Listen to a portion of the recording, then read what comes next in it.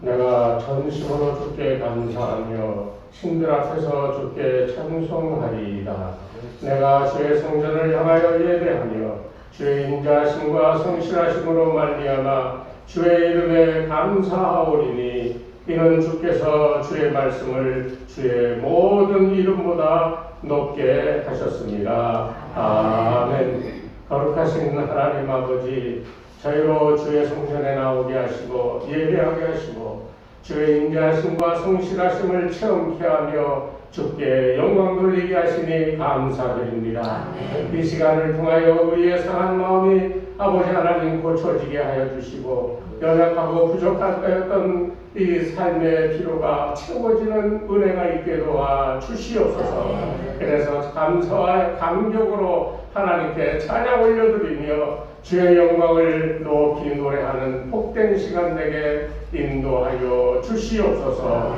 예수님의 이름으로 기도드리옵나이다. 아멘. 287장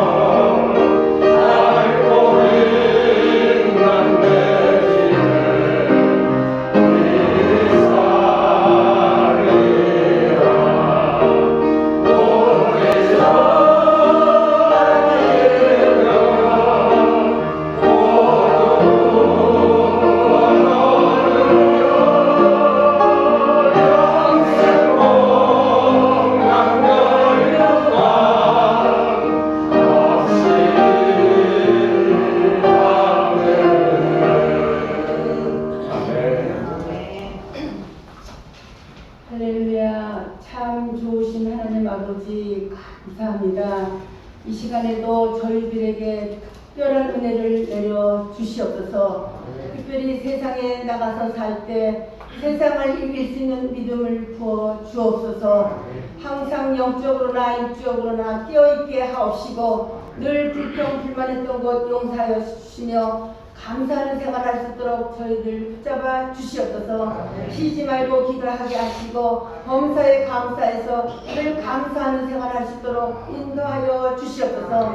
더욱더 아버지 앞에 다가갈 수 있는 저희들 되기 원합니다. 아버지 도와주시옵소서. 특별히 우리 주원의 교회 사랑하시는 하나님 아버지, 지금까지 아버지 은혜로 잘 지내왔습니다. 앞으로도 더욱더 튼튼하고 튼튼한 주원의 교회가 되게 힘껏 붙잡아 주시옵소서. 특별히 이 성전 문제로 시급하게 기도하고 있습니다. 아버지 도와주시옵소서. 우리 심히 연약하고 부족합니다. 그러나 하나님 아버지께서 함께 하시는 모든 것 다 할 수 있습니다. 불가능이 없다고 하신 하나님 아버지, 내게 능력 주신 자 안에서 내가 모두 살 수 있느니라 하신 아버지 말씀을 기억합니다. 아버지 이 성전 기억하시고 능력을 부어 주시옵소서. 특별히 우리 아버지 하나님 교우들 가정마다 축복하여 주시고 사업장마다 직장마다 최고가 되게 주님 역사하여 주시옵소서. 하나님 아버지 감사합니다. 이 자리에 또 아버지 하나님 코로나로 인하여 많은 가정들이 나오지 못했습니다.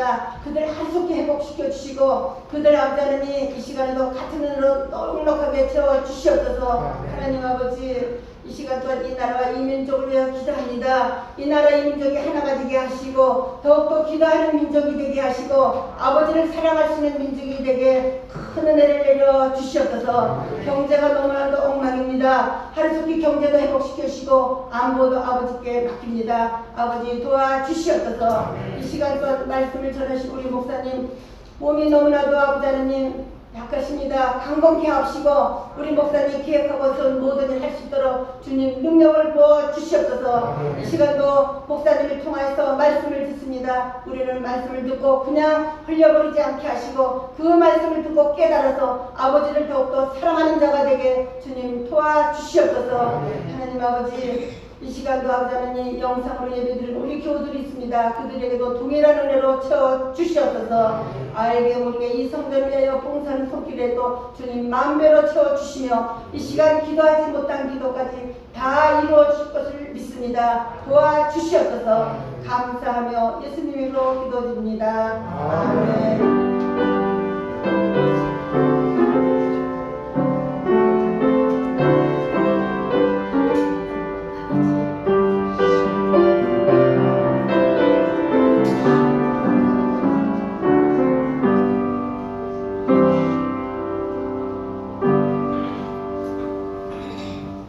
오늘 주시는 하나님 말씀은 신약성경 마가복음 제3장 마가복음 3장 31절부터 35절까지입니다. 우리 한 목소리로 함께 공독하겠습니다. 그때 예수의 어머니와 동생들이 와서 밖에 서서 사람을 보내어 예수를 부르니 무리가 예수를 불러하였다가 여짜오되 오소서 당신의 어머니와 동생들과 누이들이 밖에서 찾나이다. 대답하시되 누가 내 어머니이며 동생들이냐 하시고 불러온 자들을 보시며 이르시되 내 어머니와 내 동생들을 보라. 누구든지 하나님의 뜻대로 행하는 자가 내 형제요 자매요 어머니이니라. 아멘. 할렐루야. 할렐루야. 아멘. 여러분의 마음의 소원들이 예배 동안 드리는 동안에 응답받고 은혜받는 복된 시간이 되시기를 주 이름으로 축복합니다. 아멘. 우리가 예배를 통해서 은혜 받을 줄 알아야 해요. 아멘. 그래서 예배 시간만 맞춰서 나오면 다 된다고 생각할 것이 아니라 이 예배 시간에 은혜 받지 않으면 어디서 예배 외에 은혜 받을 수 있겠습니까, 여러분? 물론 가정에서 골방에서 또 직장이나 그런 데서 우리가 깊이 기도하며 은혜 받을 수 있지요. 그러나 가장 큰 은혜를 받을 수 있는 장소는 예배의 장소입니다. 아멘. 예배가 드려지는 그곳이 하나님이 임재하셨고 임재하신 하나님을 발견하고 그분과 교제하는 분은 참으로 놀라운 축복으로 하나님께서 쏟아부으실 줄로 믿으시고 아멘. 이 시간에 우리와 함께 하시는 하나님의 거룩한 존재를 체험하시길 바랍니다. 아멘. 우리가 이 신앙생활을 하면서 저는 뭔가 바뀌어야 되지 않겠는가 하는 생각을 안 해봤어요. 미국에서 목회를 할 때와 한국에 와서 목회를 할 때 비교되어지는 것들 가운데 하나가 한국의 예배당에서 드려지는 예배와 이 교제 가운데에는 자유로움이 없다는 거예요. 무언가를 좀 하려고 해도 이건 이래야 되고 저건 저래야 되고 이런 것들이 그게 옳은 것도 아닌데 그렇게 해왔으니까 그렇게 따라야 된다는 거예요. 그래서 참 불편했고 참 힘들었는데 우리 주은혜 교회 우리가 이 함께 시작하면서 이 교회 안에서 얼마나 자유로운지를 모르겠어요. 여러분들도 그리스도 예수 안에서 누릴 수 있는 자유를 체험하고 감사하며 사시기를 바랍니다. 아멘. 어떤 이 사상가는 우리 인생이라고 하는 삶을 이렇게 정의했어요. 지속과 변화, 생성과 소멸 가운데 이것들이 시줄과 낫줄이 되어 그게 점점 철을 만들어져 가는 것과 같다. 다시 말하면 이 지속되고 변화하고 생성되어지고 소멸되어지는 것들이 우리 인생 가운데 너무나 많다는 거예요. 그래서 어제의 것이 오늘에 있다라고 했을 때는 이것은 낡은 거로 치부할 때가 많고요. 또 전혀 새로운 것들을 발견하면 이것이 우리의 삶을 바꿔줄 수 있는 것이다라고 기대를 가지고 살아가게 된다는 거예요. 그러나 새로운 것이 언제까지 새로운 것이 될까요? 오늘 우리가 경험하는 새 것은 내일이면 바로 옛것이 되어져 버리고 마는 것이 세상 만사 경험하는 일이라는 거예요. 그렇기 때문에 새롭게 생성되어지고 그리고 그것이 점점 소멸되어져 가는 이런 과정을 우리는 살아가고 있는 겁니다. 내가 오늘 무엇이 되어서 큰 은혜를 입고 큰 기쁨을 가지고 있다 할지라도 이게 소멸되어져 가는 거예요. 내일 또 하루 이틀 지나고 나면요, 오늘 받았던 은혜가 점점 소멸되어져 가는 겁니다. 그런데 우리들은 이상하게 생각해요. 은혜 받았다, 큰 기쁨이 있다, 그 생각만 머리에 있지 우리의 가슴은 그 큰 감동, 그 기쁨 이것을 잃어버리고 그렇게 살아가는 것이 우리의 인생이라는 거예요. 물론 낡고 바랬다고 해서 다 나쁜 것은 아닙니다. 또 새롭다라고 하는 것 그것 때문에 그것이 좋은 거라고 또 얘기할 수도 없어요. 오래된 것은 오래된 것대로 또 새로운 것은 새로운 대로 이 장단점이 다 있기 마련입니다만, 그러나 소모되어지지 않을 좋은 가능성을 가진 것들을 우리가 지속적으로 취할 수만 있다면 얼마나 좋겠습니까? 성공하는 사람들의 삶의 내용을 가만보면 매일매일 새로운 것들을 발견하고 그 새로운 것들이 자기 삶에 필요되어지는 것에 이 힘이 되어지고 능력이 되어질 때 그 가진 포부와 소망이 더 크게 이루어지는 것을 볼 수 있습니다. 그렇기 때문에 우리는 새 것을 너무 좋아할 것도 아니지만, 그러나 새 것은 반드시 필요한데 그 새 것을 취하여서 안정된 틀을 잡기까지 우리는 많은 시간이 걸린다는 사실을 알아야 돼요. 그 시간이 지나니까 새 것이었다라고 하는 것은 어느새 옛 것이 되었어요. 그러나 그 옛것이 되어진 것이 지속적으로 나를 변화시키고 새로운 것들을 받아들여 옛것과 하나 되어 뭔가 힘이 되고 능력이 되고 뭔가 일을 만들어내는 좋은 결과를 만들어낸다면 이것이 우리가 이 땅을 살아가면서 성공적으로 살아갈 수 있는 비결이라고 그렇게 얘기할 수 있습니다. 이 개혁이라고 하는 말이 있고 또 혁명이라는 말이 있지요. 개혁과 혁명의 차이는 물리적인 힘으로 되어지지 않는다는 거예요. 그게 개혁이에요. 혁명은 힘으로 모든 것을 뒤엎는 것을 얘기하는 겁니다. 이 개혁이라고 하는 것은 우리의 마음으로 원하고 바라는 것을 우리가 온 힘을 다하여 그것이 변화되어지도록 수고하고 애써서 만들어가는 거예요. 그런데 이 개혁이라고 하는 것을 할 때도 물리적인 힘이 필요해요. 언제? 이제다라고 하는 타이밍을 잡았을 때 그 타이밍에 모든 것을 쏟아부어 개혁하고자 하는 모습으로 바꿔가는 그 힘이 반드시 필요하다는 거예요. 오늘날 우리 사회가 겪고 있는 이 진통이 바로 저는 이런 거라고 생각합니다. 우리는 지금 개혁의 어떤 기회가 왔고 그 기회가 우리를 그 개혁이라고 하는 소용돌이 가운데 우리를 집어넣고 지금 그 속에서 우리가 어찌할 바 모르고 있다라고 생각하고 있습니다. 여러분 잘 들으십시오. 오늘 이 말씀은 굉장히 중요한 말입니다. 어쩌면 설교가 좀 길어질 수도 있어요. 여러분 잘 집중해서 들으시기 바랍니다. 우리 스스로 이 개혁할 때, 우리의 힘으로 개혁할 때는 아무 문제가 없어요. 그러나 정치적, 사회적, 이 어떤 경제적 이런 어떤 상황으로부터 우리가 힘을 받고 그것을 개혁할 때는 참으로 많은 갈등이 생겨나게 되어지는 거예요. 지금이 그렇잖아요. 우리나라를 보십시오. 스스로가 아니라 이 정치적, 사회적, 경제적인 그 어떤 문제들 위해 이 코로나 관리 체제라고 하는 내 힘이 아닌 이 사회적인 이 내 바깥의 어떤 힘에 의해서 어떤 개혁이 요구되어지고 있는 것이 오늘 우리의 삶의 현실이라는 거예요.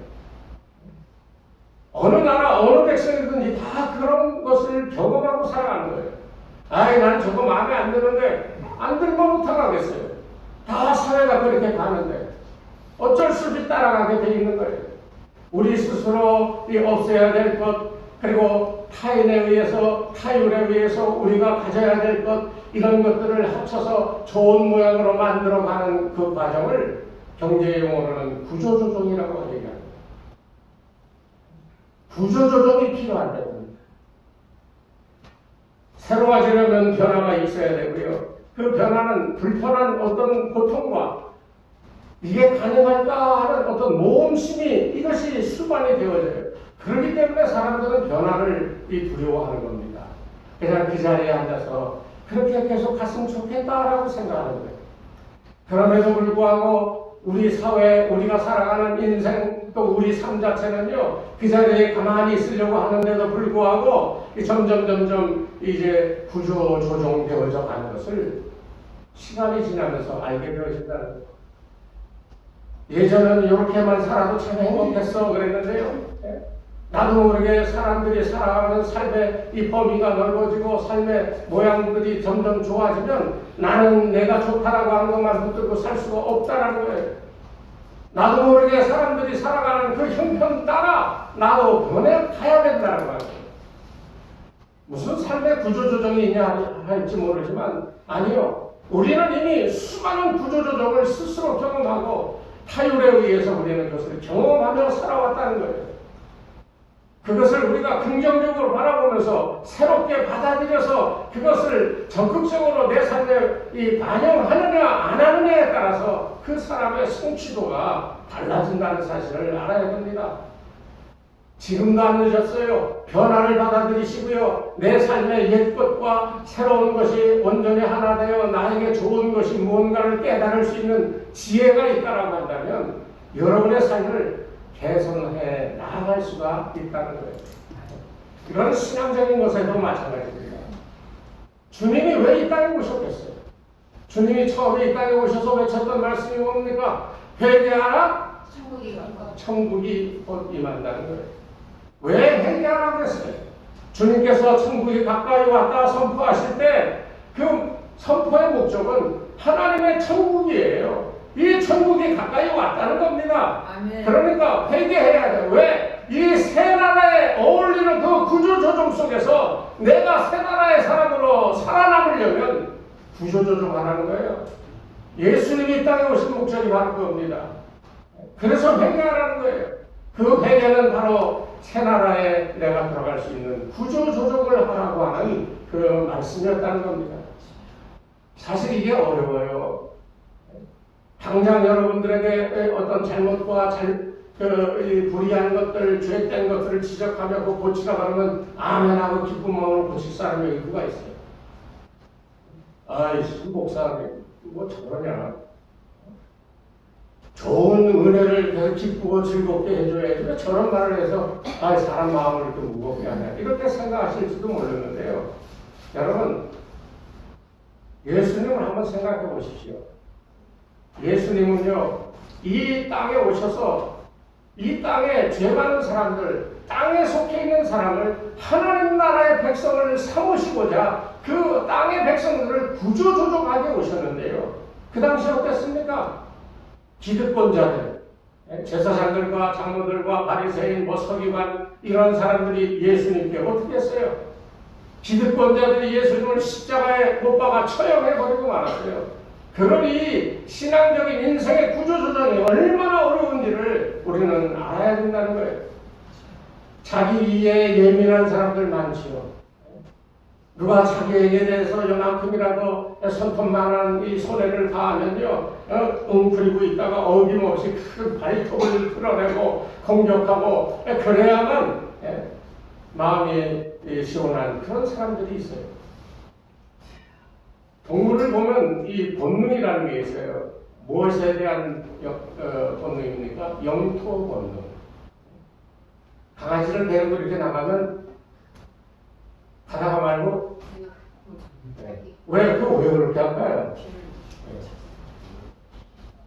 이 숲속에 들어가도 동물들이 다 그래요. 동물들이 그 안에서 왔다 갔다 하면서 자기 영역을 표시하는 거예요.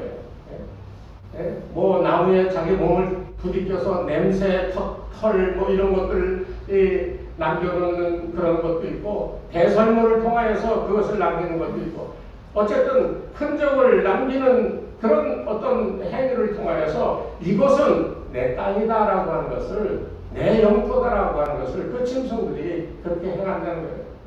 사람들도 마찬가지입니다.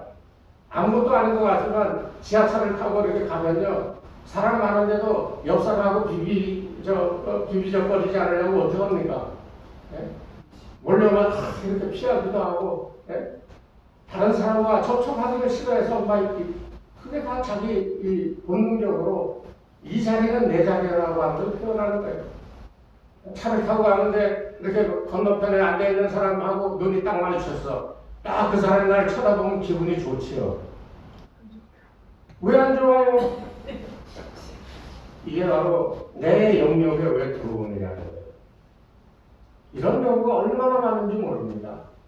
조금만 누가 나에게 뭔가를 해줘도요, 기분 나쁜 거예요. 왜? 이건 내 거고 내 마음에 이런 것이다라고 정해놓은 게 있는데 그것을 침범하니까.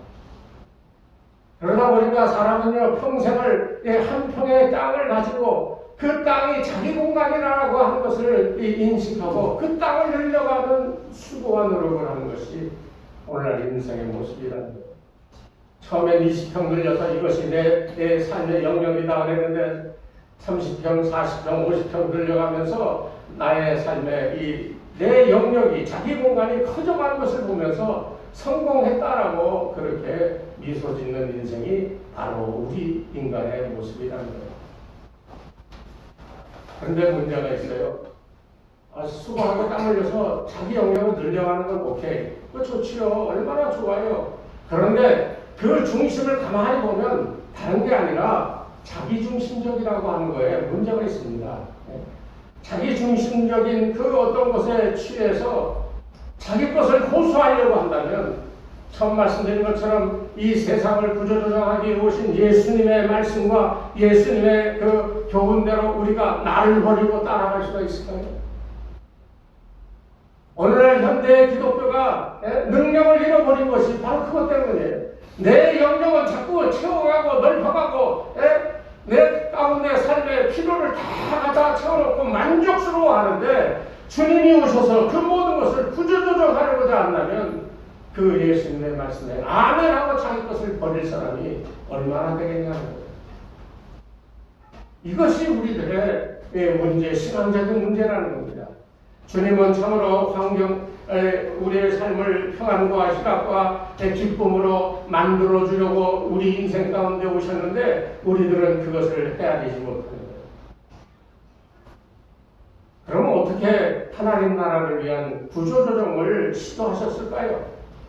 잘 들으십시오.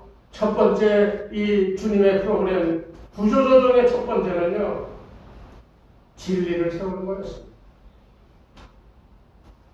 이거 뭐 많이 듣던 얘기니까 그런 것보다 할지 모르지만 이 주님이 오셔서 진리를 세우고자 했던 이유가 있어. 그 당시 이스라엘 사람들은요, 율법에 얽매여 있었어요. 하나님의 진리가 아니라 율법, 물론 율법도 하나님이 주신 거지요. 그 교리를 가지고 이 유대인들은 그 교리만 다 지키면 자기는 거룩한 존재라고 스스로 생각했다는 거예요. 그런 가운데 예수님이 오셔서 밝혀 보여주신 것은 이 교리가 아니라 진리였어요. 안식일에 이제 사람을 고치면 안 된다는 교리가 있었잖아요. 우리가 성경에서 다 보는 거 아닙니까? 그래서 사람들은 선이냐 악이냐 사느냐 죽느냐를 도외시한 채 법으로 모든 것이 법으로 이루어져야 된다고 하는 법에 대한 맹종이 있어서 그것조차 살아왔다는 거예요. 오늘 우리도 다 마찬가지 아니에요? 아니 그렇게 하는 거 아니야, 이렇게 하는 거야. 사람마다 다 법이 다르지만 가만히 보면 다 되게 다 비슷비슷해요. 우리는 이 법대로 살아가는 그 모습이 우리들 가운데는 우리도 모르게 있다라고 하는 사실을 인정해야 됩니다. 그런 가운데 예수님은 안식일날 이 병자를 고쳤어요. 그것도 무리 한가운데에서 병자를 고쳤어요. 무엇을 의미합니까? 중심 사안으로 맞는 거예요. 법으로는 교리로는 안 된다고 그랬어요. 그런데 안 된다는 속에 모든 사람이 주시하는 가운데 주님은 진리의 모습으로 왜? 이 땅에 생명을 살리러 오신 것이 주님의 진리거든요. 그래서 그 환자를 살리시고, 다시 말하면 사람들이 신동하는 교리로부터 진리만 남은 껍데기들을 다 진리만 남겨놓고 벗겨버리고자 했던 행동이 바로 안식일 종교적 틀을 구조조정하신 예수님의 모습이었다는 겁니다. 이게 첫 번째예요.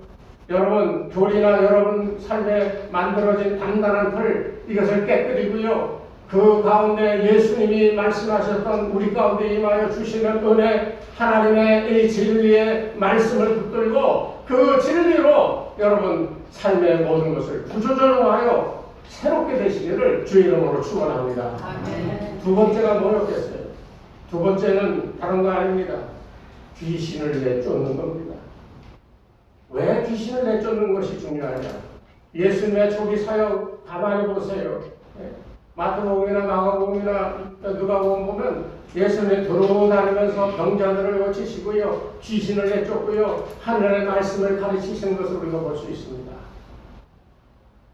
그 3대 사역 가운데 귀신을 내쫓는 것이 포함되어 있는 것을 봐야 돼요. 왜 귀신을 내쫓습니까? 우리가 읽지는 않았습니다만 11절 말씀에 귀신은 무슨 어떤 존재예요? 11절 한번 보세요. 더러운 귀신이라고 그랬어요. 다시 말하면 귀신이라고 하는 것은 더러운 존재입니다. 삶을 더럽게 만드는 그 세력을 통칭하여 귀신이라고 얘기하고 있는 거예요. 하나님 앞에서 떳떳하지 못하고 밝지 않은 삶을 충동질하는 이 더러운 세력들, 이 더러운 세력이 없어야지만 이 사람들이 하나님 나라에 어울리는 사람들이 되기 때문에 이 귀신을 내쫓은 거예요. 그리고 결국은 사탄의 우두머리인 사탄까지 결박하여 이 사람들에게 모습을 보여주죠. 오늘 읽지는 않았습니다만 22절 말씀에 보면 그래요. 예루살렘에서 내려온 서기관들은 그가 바알세불이 짚혔다 하며 또 귀신의 왕을 힘입어 귀신을 내쫓는다. 이 서기관들조차도 예수님이 귀신을 내쫓는다라고 하는 것에 대해서 인정했다는 거예요. 이게 왜 중요합니까? 왜 귀신을 내쫓아야 돼요? 돈만 쫓아가며 살아가는 돈 귀신들의 인생들이 얼마나 많습니까? 인생의 쾌락, 또 육체의 쾌락을 쫓아 살아가는 사람이 얼마나 많아요. 그 모든 이 인생의 이 우리에게 이 인간을 즐겁고 쾌락을 통하여 얻는 기쁨으로 살아가는 이 어떤 명예에서는 하나님의 것이 아닌 세상에 또 사탄이 넣어준 것 같고 그것을 성공한 인생이라고 떠드는 사람들이 얼마나 많은지 모른다는 거예요. 그래서 중요한 거예요. 왜 귀신을 내쫓습니까? 귀신이 결박되었어요. 내쫓김을 당했어요. 그리고 예수님이 오셨어요. 다시 말하면 귀신이 있던 자리에 하나님의 성령이 임하기 때문입니다. 성령이 임하셔서 우리를 어떻게 만들어요? 성령의 이 별칭은 거룩입니다. 더럽고 추악하던 인생이 더러운 삶을 벗어버리고 거룩한 인생으로 변화되는 구조조정을 하셨다는 거예요. 여러분도 매 시간마다 성령이 여러분을 주장하는 이런 은혜를 체험하며 살아가시를 주의 이름으로 축복합니다. 아멘. 세 번째 이 구조적의 핵심은 다른 거 아니에요. 하나님의 나라의 일을 감당해 나갈 제자를 세우는 일이었어요. 그래서 1990년도에 옥하는 목사님을 중심으로 해서 제자 훈련이 이제 왕성하게 일어났던 일들이 있어요. 물론 그 제자 훈련을 통해서 바르게 된 사람도 있고 크게 능력 있게 일하는 사람도 있지만 대부분 다 실패했거든요. 그냥 지식만 넣어줬어. 그래서 1990년대 그런 활발히 그런 운동이 일어나고 또 어떤 뭐 내적 치유다 뭐다 해가지고 뭐 많은 것들을 했지만 결국은 다 실패했어요. 왜? 다른 게 아닙니다. 오늘 이 세 번째 예수님의 제자 세우는 이 일이 교회에서 일어나야 되는데 제자 세우기보다는 제자의 필요한 것들을 주입시키는 것으로 끝나버렸기 때문에 어려웠던 것을 우리가 압니다. 새 일꾼을 세워야 되는데요. 오늘 읽지는 않았습니다. 13절 말씀해 보십시오. 또 산에 오르사 자기가 원하는 자를 부르시니 나오는지라. 이게 중요한 거예요. 예수님께서 왜 산에 올라가셨어요? 누가복음에 보면 6장에 보면 구체적인 장면이 나오는데요. 뭐라고 설명했냐면 예수께서 기도하시고 산으로 가서 밤이 맞도록 하나님께 기도하시며 기도하시고 밝음에 그리고 그 다음에 제자들을 부르사 그 중에서 12를 택하여 사도로 칭하셨다 그랬어요. 왜 산에 올라갔어요? 밤을 새도록 기도하시기 올라갔어요. 왜 기도합니까? 이제 자신의 사역을 도맡아서 위임받아 그 일을 감당할 이 제자를 만들기 위하여, 제자를 선택하기 위하여 올라가신 거예요.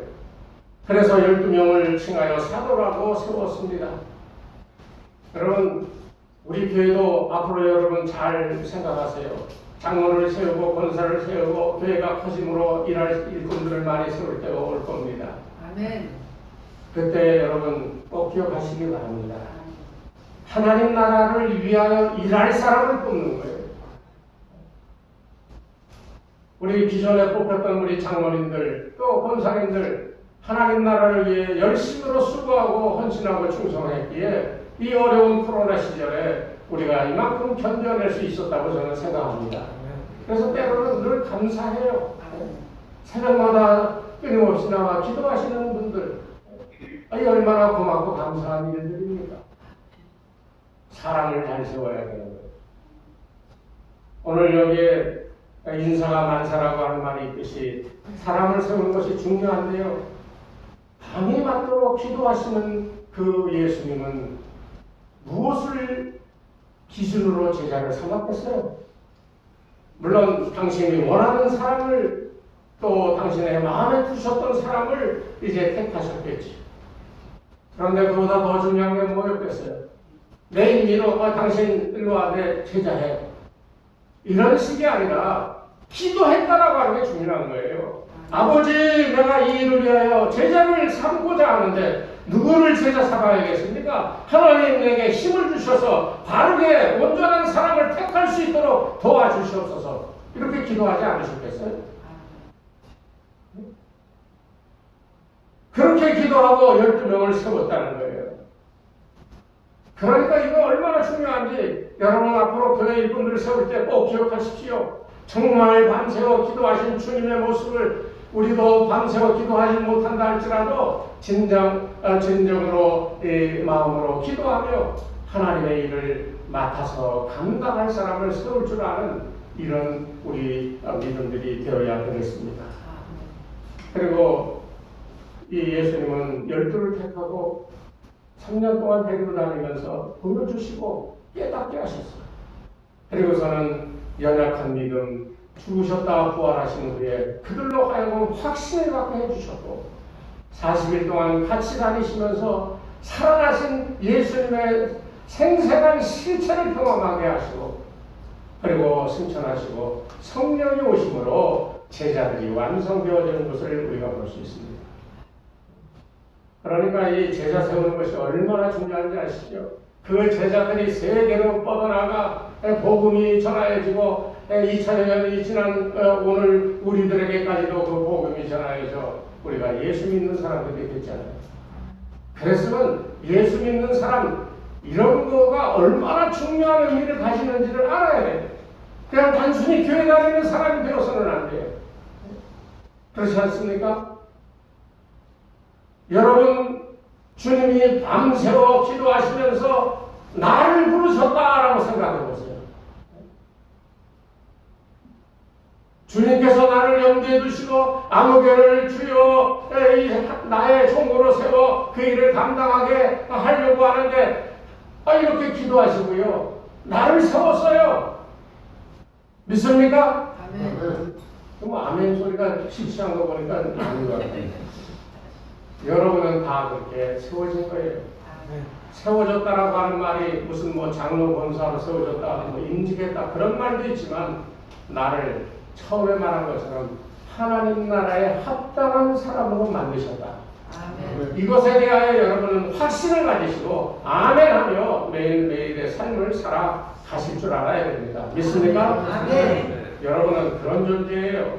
하나님이 이 땅에 주님을 보내셔서 기도하시며 사람을 선택하신 것처럼 지금도 하나님 보좌 우편에서 나를 향하여 하나님의 그 은혜와 이 놀라운 평안을 공급해 주시면서 내가 하나님의 뜻대로 주의 일을 감당할 수 있도록 이끌어 주시는 이 일을 위하여 기도하고 계심을 여러분 기억하셔서 조금도 하나님이 주시는 가운데 부족함이 없는 이런 인생을 살아가시게 되기를 주의 이름으로 축복합니다. 아멘. 이게 이제 오늘 본문 이야기의 이 앞에 나오는 이 배경이에요.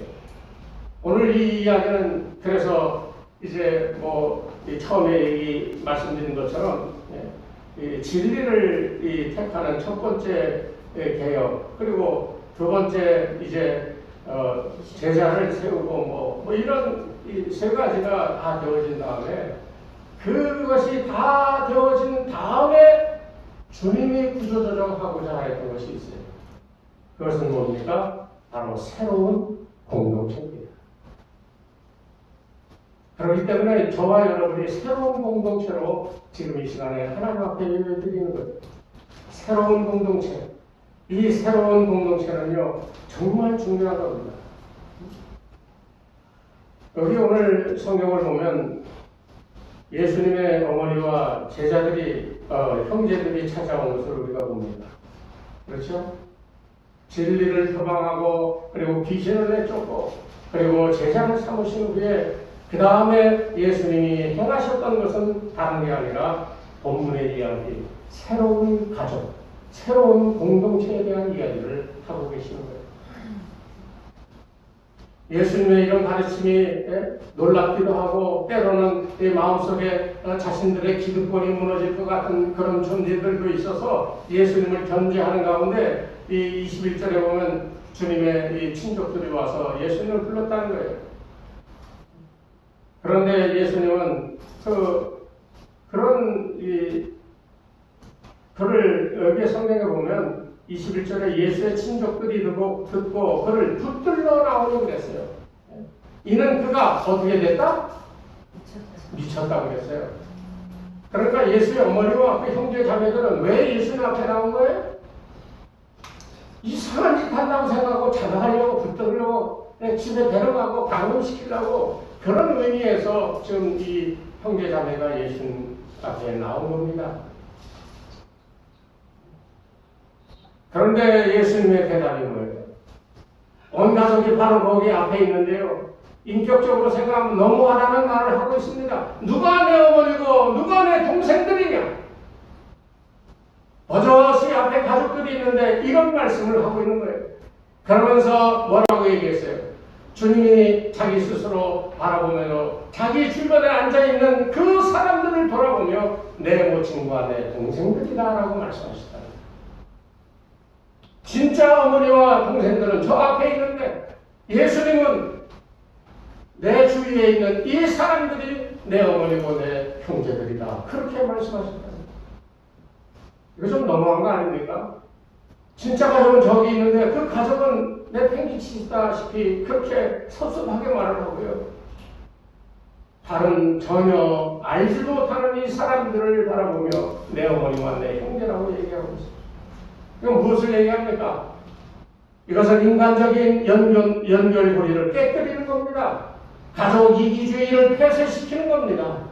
여러분, 인간적인 이런 이기적인 관계로 맺어진 것들이 있으면요, 절대로 하나님 나라의 그 안에 하나님 나라가 실현될 수가 없어요. 교회가 실력 있고 능력 있는 이런 교회가 되려면요, 이런 인간적인 이 연결 고리를 띄워버리고 깨뜨리지 않으면 절대로 하나님 나라가 실현될 수 없습니다. 우리나라처럼 이런 관계성을 가지고 있는 게 얼마나 많아요. 무슨 학연이다, 지연이다, 혈연이다, 이런 끊어질 수 없는 어떤 그런 연결고리를 가지고 있는 것이 우리들의 삶의 대부분입니다.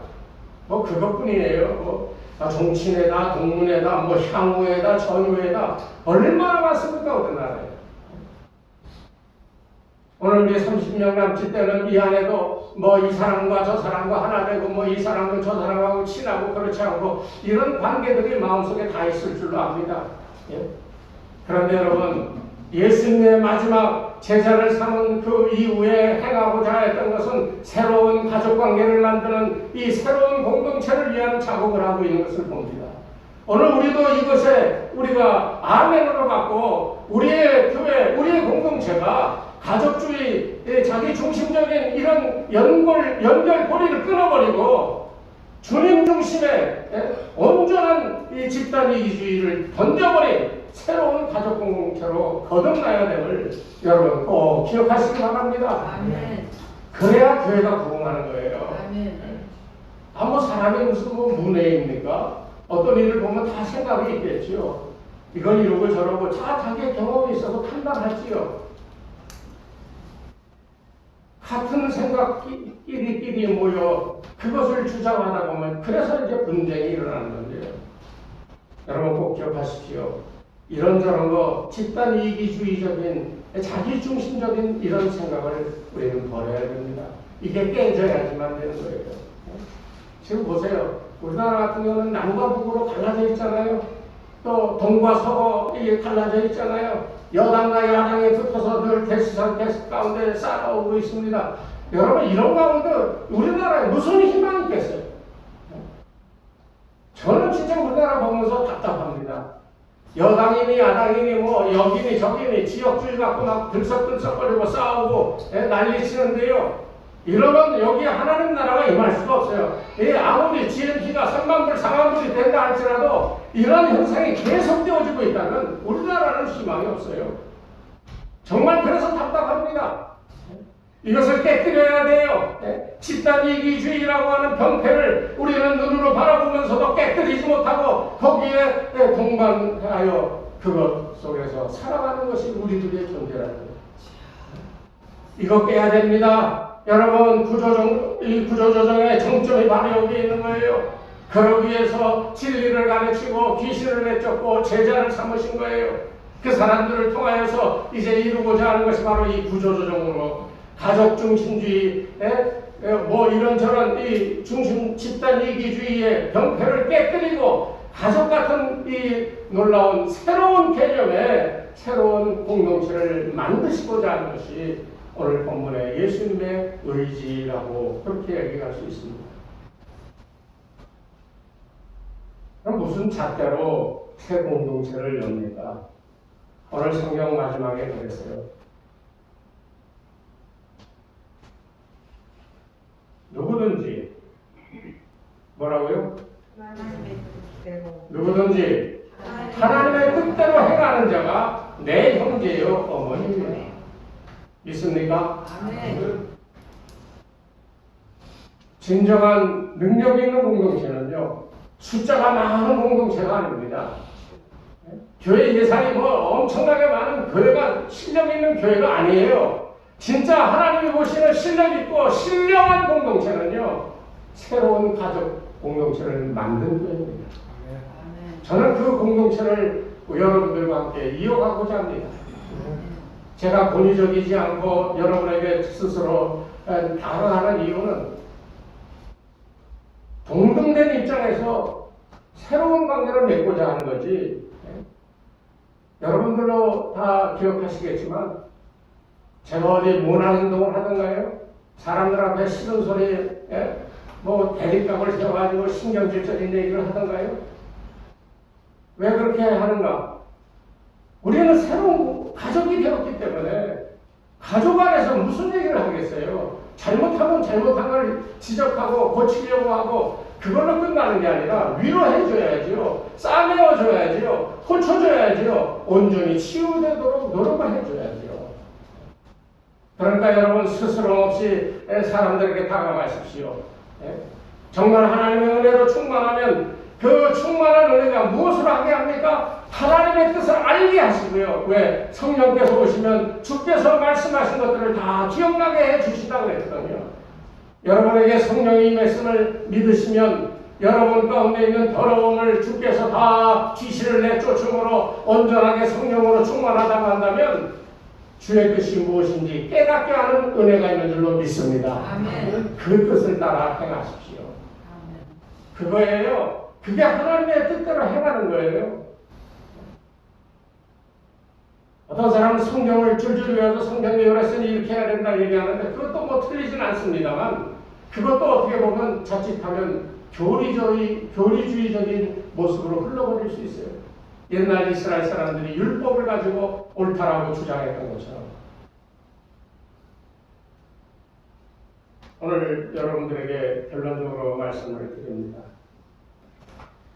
마가복음 10장 29절로 30절 말씀에 보면 내가 진실로 너에게 이르노니 나와 및 복음을 위하여 집이나 형제나 자매나 어미나 아비나 자식이나 전토를 벌인 자는 금세에 있어 집과 형제와 자매와 모친과 자식과 전토를 100배나 받되 핍박을 겸하여 받고 내세 영생을 받지 못할 자가 없느니라. 인간적으로 보면 못한 거예요. 자식이 저렇게 하고 있는데 어려운 허덕 있는데 그거 나 몰라 할 사람이 어디 있어요?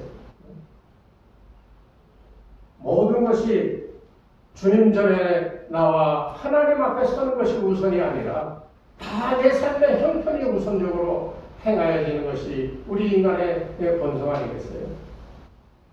그런데 주님은 그렇게 얘기했어요. 다 버리라는 거예요. 그러면 토지도 또 가족도 새로운 가족들을 이 100배나 허락해 주겠다는 겁니다. 오늘 저는 여러분들에게 꼭 말하고 싶은 것이 있어요. 새로운 일이 일어나기 때문에 내 속에 성령이 나를 새롭게 만들어 가기 때문에 나는 모든 것을 버린다. 하나님 나라가 이 땅에 임하였고 나는 지금 하나님 나라에 들어가고 있다. 그러기 위해서 나는 내 등에 짊어지고 있던 세상의 모든 짐을 다 내려놓고 하나님 나라에 들어가고자 나는 하나님 앞에서 작정하고 이제 그 나라에 들어갑니다. 하나님 나라에 그 안에서 영생을 누리면서 이 땅을 살아가면서도 만복을 누릴 수 있는 이런 은혜가 여러분들 가운데 충만하시기를 주의 이름으로 축원합니다. 아멘. 하나님 아버지 감사합니다. 새로운 공동체를 이루어가야 될 텐데 우리가 진리를 따르는 일이나 우리 가운데 우리를 주장하고 있는 더러운 것들이나 또 주님의 제자가 되는 일은 참으로 요원한데 어떻게 새로운 공동체를 열어갈 수가 있겠습니까? 간절히 빌고 원하오니 주여 우리 가운데 주의 성령이 우리를 주장하게 도와주셔서 더러움이 물러나고 거룩함이 우리 가운데 임하게 도우시며 성령님의 능력을 따라 은혜를 따라 하나님의 뜻을 깨닫고 살아갈 때마다 우리가 살아가는 그것이 하나님 나라 되게 도와주시옵소서. 예수님의 이름으로 기도드리옵나이다. 아멘. 찬송가 455장 찬송하겠습니다.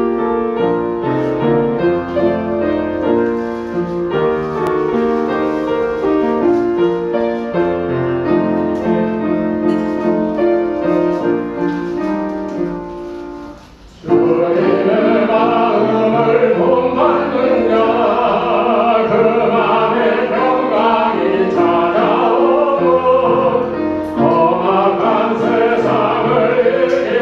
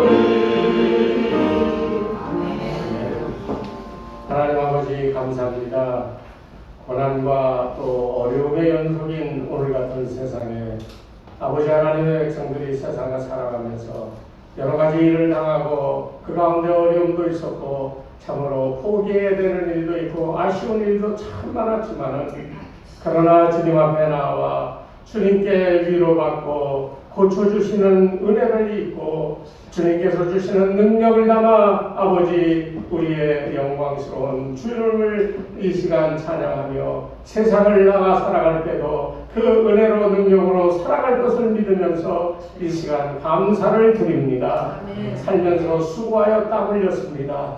그 열매를 거둬들이고 그것으로 아버지 앞에 들고 나와 정성스러이 주님께 바치오니 드리는 11조 헌금, 감사헌금, 주정헌금, 그 1,000번째 건축헌금 여러 가지 이름으로 드리는 이 헌금을 받으시고 기뻐하시며 아버지 하나님 우리로 하여금 우리의 주머니가 비지 않게 도와주시고 교회가 또 사랑하는 성도들의 가정이 아버지 하나님 주시고 놀랍도록 쏟아부으시는 축복 가운데 아버지 하나님 먹고 마시고 입고 하는 이 모든 것이 다 해결받는 축복을 누리며 하나님의 나라와 의를 위하여 살아가는 귀한 성도들에게 축복하여 주시옵소서. 예수님의 이름으로 기도드리옵나이다. 아멘. 다 같이 일어서셔서 마지막 찬송 부르겠습니다.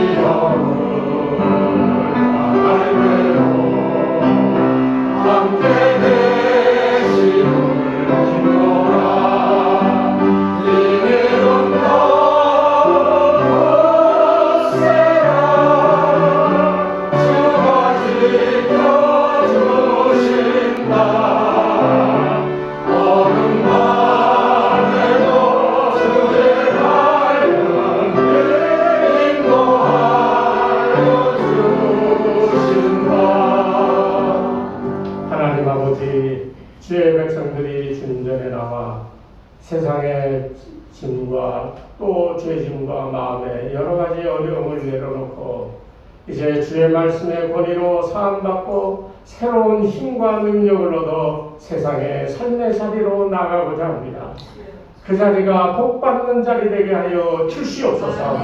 삶의 그 자리가 아버지 하나님 주신 새 생명으로 거듭나 하나님 나라를 살아가는 거룩한 자리 되게 하시고 주의 말씀 따라 끝까지 복음을 증거하기에 부족함이 없는 아버지 하나님 능력 있는 자리가 되게 인도하여 주시옵소서. 이제는 우리 주 예수 그리스도의 은혜와 하나님 아버지의 무한하신 사랑하심과 성령님의 감화감동 인도하심이 이 시간 머리 숙인 주의 백성들 위해 저들의 가정과 자녀들과 그 생업 위에 이 교회 위에 이제로부터 영원토록 함께 하옵시기를 간절히 축원하옵나이다. 아멘.